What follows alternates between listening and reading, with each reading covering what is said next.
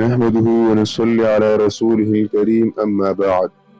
حضرت علی رضی اللہ تعالیٰ عنہ روایت کرتے ہوئے کہتے ہیں کہ میں نے اس منبر کے اوپر رسول اللہ صلی اللہ علیہ وآلہ وسلم کو فرماتے ہوئے سنا کہ جو کوئی بندہ ہر نماز کے بعد آیت الکرسی پڑھے تو اس کو جنت میں داخل ہونے سے سوائے موت کے اور کوئی چیز نہیں روکتی۔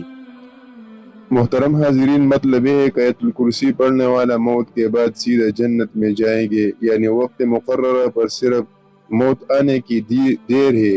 جب دنیا کی زندگی موت نے ختم کی تو یہ جنت میں پہنچ گیا۔